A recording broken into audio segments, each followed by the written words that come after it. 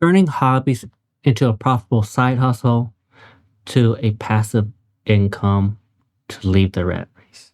So, if you're passionate about a hobby, but you have every thoughts about turning it into a profitable side hustle. I saw some dude who makes animals out of cotton candy. Like he's a cotton candy artist. Like, he's killing it. 2.5 million followers, 50 million views. And I'm just like, this dude's making 500,000 a year. Do you have any collectible or do you have a passion to do things that no one else could do? So all these things can help you start a profitable hobby to turn it into a passive income and never even have to go into a real entrepreneur lifestyle. So why your hobby matters more than what you think. So personally, about hobbies that turn into a business, I know some people that play Pokemon, Magic Gathering, and they open tons of packs and they flip every card in there. And it's a hobby, so you don't have the same stress. You don't have the same psychological burden on you. You're already gonna do these things, but they're changing it into a profitable side hustle. So I know someone who opens up $20,000-$30,000 Pokemon cards a year. He opens up, he gets the cards he wants, complete his collection, he sells all the rest. And he makes a good $40,000-$60,000 a year. So you can do this. So transition by meaning a rise of trend of side hustle and growing demands of unique handcraft product service. So if you can have a side hustle of making jewelry because you really enjoy making arts and craft, you can make money off of all these things. You like knitting, you like doing XYZ. You can make money off of any of these hobbies. I know people that make rugs by hand of Pokemon and they sell it for $200-$300 at these conventions. And if they really wanted to, they wholesale it to these people who goes to the convention to sell it. And it costs them $20 in about 30 minutes, 40 minutes. I was like, so $20 and in 30 minutes you finish a rug and you made $60-$70 from it wholesale. That's pretty good money. So, and they're going to do it anyway. So when they're stressed out, they do it and then they just find someone to buy it. You can sell off Etsy, Facebook, all these different websites.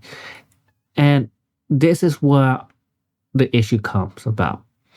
You have a hobby that makes money, but what do you do with the money? Well, let's first identify your hobbies and profit potential. Comment down below if you have any hobbies that make any money and like and subscribe to the video. So first, let's analyze all your hobbies and through a business lens. Identify the target audience, market demands, and potential revenue stream. So I know people who play Dungeons and Dragons and they like figurines. And even better, they like figurines of themselves in the custom format. So you know that you can 3D print these things and sell it to your friends and family, to card shops. And then if you give them a chance to be a wizard or ninja or a dragon knight and have these little figurines, they will buy it for you. So you need to see where the demand is. Explore the concept of the niche market and how specialized to give you an edge. Since you are in the hobby, you know what people want. So you have a upper edge than the average person don't have. So you understand you can really make this into a good side hustle. And the importance of the passion and genuine interest drives long-term success. You really have to love what you do to keep this side hustle going, to get that money so you can use it for your passive income. So let's talk about building the foundation of the success. So once you research all the legal requirements, business license, permits, and tax implication, now you develop a solid business plan. how you can market it, how you can price strategies, how you gonna plan, what's the operational logic. You had to figure all of that stuff out. And you had to create a personal branding. Website, social media presence, high quality visual to showcase your expertise and product services. So I do a bunch of side hustles. One of my side hustles is just selling on eBay, but I have a passion to fix electronics. So I get these electronics, I fix them, and I flip them. I find them for dirt cheap, free, on the side of the road. I just take it home, I take it apart, fix these boards, sell them on eBay. And I like doing it. So it's my hobby, it's relaxing some reason to me, and I make pretty good money from it. So if you have the same thing, this is what I tell you to do if you want your first customer is go on your phone, make a video, and send it to everyone on your phone. And it'll be something like this. Hey, I'm gonna start this business, and I know I might not talk to you for a while, and I might only talk to you one time, but I really like your support. And then you tell them what you are gonna do as a business. I'm gonna make these little figurines. We're on Dungeon and Dragon right now, and I'm gonna use self-portrait and then create them like this for people who want to play those characters to have those pieces. Or even better, I'm collecting Pokemon cards, and I would love to you to help me get some of these product off my hands. They're extra stock, so I'll give you a good pricing, and just message me if what Pokemon cards you might be looking for your kids or family, and I might have them, and then you just tell them, and that's how you get your first customer. You build a solid foundation. Now, here comes where you're monetizing your passion. Now, you need to explore various monetizing strategy. Selling product online, offering services, workshops, online courses, collaboration. How are you going to monetize it? How are you going to get money? And it's discussion is important to pricing strategies, finding a sweet spot between value and affordability. And you have to make sure if it's a hobby and a side hustle, you don't need to be everyone prices. You just have to be there where your price point is affordable for everyone else and not price gouge. And you need to emphasize the power of using these online platforms. Now, I don't recommend you going on Etsy, Shopify, and social media all at once. I do recommend you to focus on one platform at a time. I like eBay because they're the biggest platform and they give me free advertisement and they take pretty much over all the search engines whenever you put your product on there. I only do it on eBay.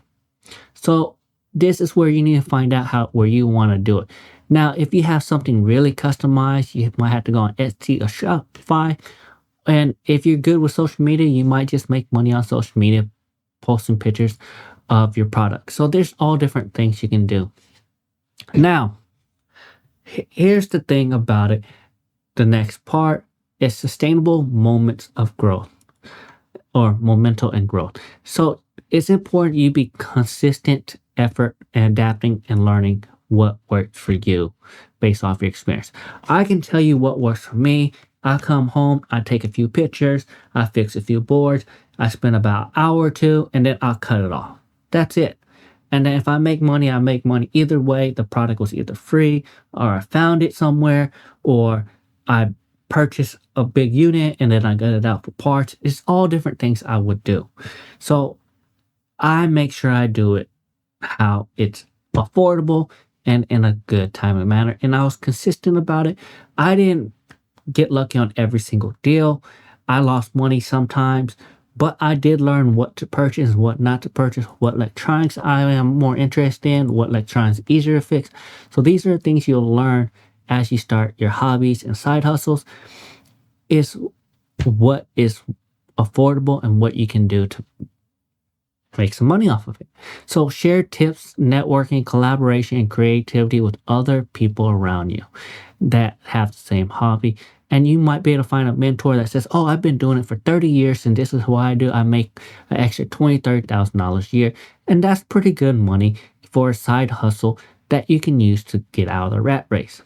Now, and this is the thing, you have to, if you do social media and you start getting viewers, celebrate all your successes. Stay passionate about your side hustle. Love it and keep it going. Now, here's the thing to get you out of the rat race.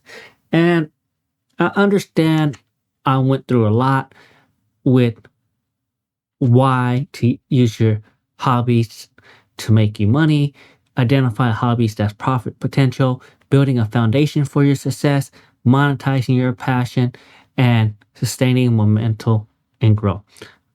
So you understand you had to do all this before you can get into even thinking about leaving the rat race with using the money you earn from this business. And this is a thing. It's not going to be something that takes that long. You probably already know what side hustle you're going to do, how you can sell your cards or sell your product, and what website you can use. It takes about 5 minutes, but it takes longer to talk about, to figure out. But once I mention it, you can already, boom, you have it as a side hustle. You already know, oh, I can sell this for this much. You can already figure out, oh, this is how I'm going to monetize it. This is how people sell it. This is where I buy from. You already know all these answers. So I'm just mentioning it so you understand that you don't forget anything. So let's talk about the bigger picture here and how to use it to get out of the rat race. So you got really only few options. Option one is you turn it into a business. And you have to understand, if you turn it into a business, you are now have a little gray area where you might end up back in the rat race, but you own your own job because it's a daily grind and now you have bills on top of trying to enjoy your hobby. And I don't recommend that one. There's a lot of cons with it, but I do recommend one of these other tools. It's number 2 is going in and investing in dividend or stocks or passive type of income. So you can go into buy stocks and use that money to grow that portfolio really fast. Now, I don't say you have to use every penny, but if you at least put 50%, 20%, 30%, whatever you decide, it will grow that dividend portfolio, that stock portfolio really quickly, that you can use it as a passive income in the future, and that will help you get out of the rat race. And number 3 is real estate. Yes, you can buy real estate. And the reason why you can end up buying real estate and turning it into another side hustle that brings in good money. You can flip houses. You can get a house. Let's say you end up for 2 years doing your side hustle and you saved up $50,000 to make a down payment on a house to flip, right? You can successfully flip that house. You can end up making pretty good money. You can flip it every year, make another 30, 40,000. And that can be consistent. You don't actually put any work on it. Or you can do what I did, and this is what I do with my side hustle money, is I buy rental houses. Because you know why? I buy the house with a 20% down payment, and then I have the renter pay my mortgage, and I normally profit about $500 a month. And I don't do nothing with that money. I just sit there, and I give the best service I can to those people, like AC checks. I make sure that, the houses get taken care of, make sure the roof doesn't leak. I do a good job as a owner. So, but I'm also not using that money to live off of. But guess what? It helps me build up that portfolio. And let's say you have a very successful side hustle and you're making $50,000 a year from it, and you buy a house every single year. You do that for 5 years, 6 years, you got 6 houses, that's $3,000 a month of passive income you can have, and you have the building up equity on the house, and you're having the renter pay the mortgage. So those are the ways I say use your passive or side hustles. Now, like and subscribe to my video and comment down below if you really think there's any other way to build up passive income with it. And thanks for watching.